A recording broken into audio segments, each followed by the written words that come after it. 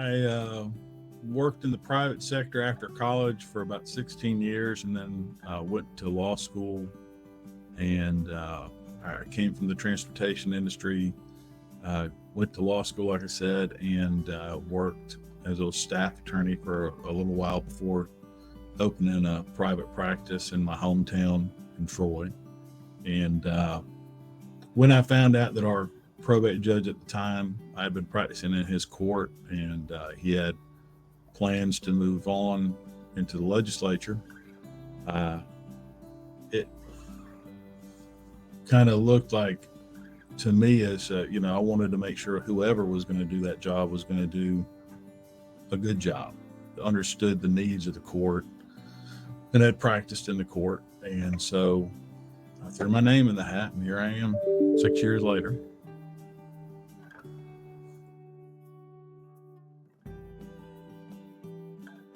I started working with our probate court as an attorney in 2013, and then became the judge of probate in 2018 in that November. And then I was installed. I'd won my election, so I became the probate judge there in 2019.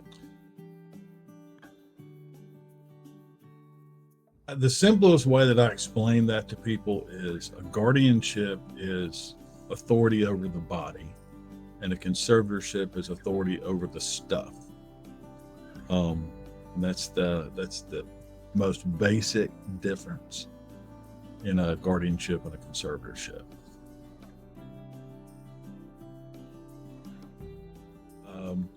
Oftentimes, if we have a minor conservatorship, it's because for whatever reason that minor is going to receive some type of revenue, income, an insurance payment, and someone has to be named as the conservator because they are a minor.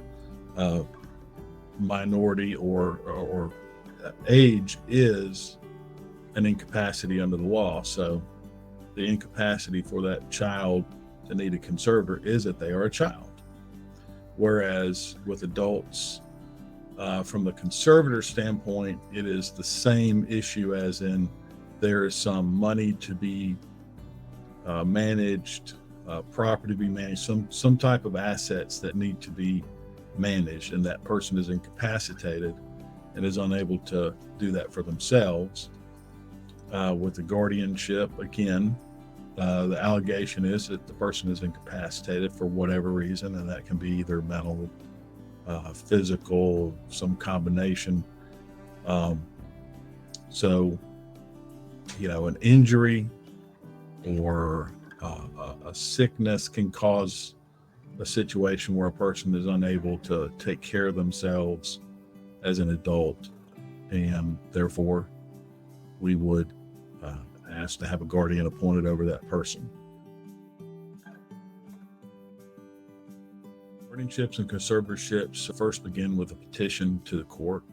Now, when I say they first begin with a petition, many things have happened before that. Most cases, people can and should contact an attorney to help them through that process. It's not a requirement. People can file cases pro se, which means on their own without an attorney. But there are limitations that have to be understood by those filing a pro se petition, is the court is unable to give guidance or tell you how to do that job.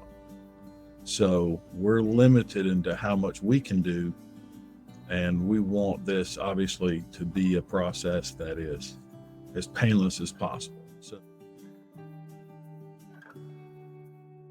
they've gotten to that point.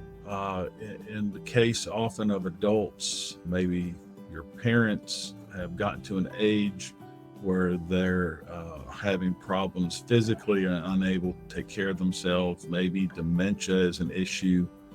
And in many cases, that family has spent a lot of time trying to work through these issues without the help or authority of a guardianship. Working with that person, and depending on their situation, that can be, to me, the biggest challenge that the family faces, because the person who is going to be the guardian or conservator has that authority over the person, In a lot of instances, we have children and parents changing roles at the end at a different time in their lives.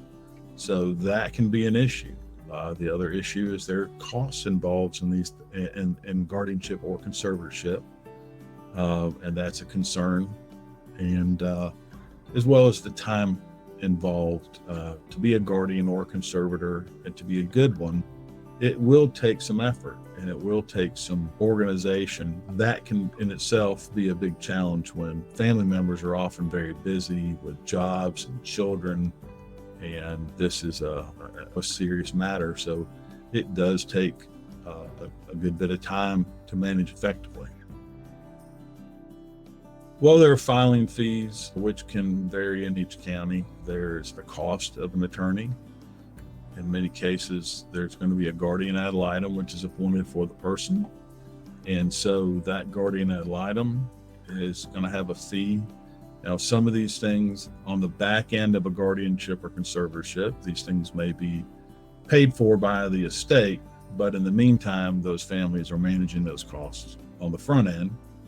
And then there's a conservator may require the assistance of an accountant or the assistance of someone else. A guardian may need the assistance of caregivers in certain situations to assist in the work that they're doing.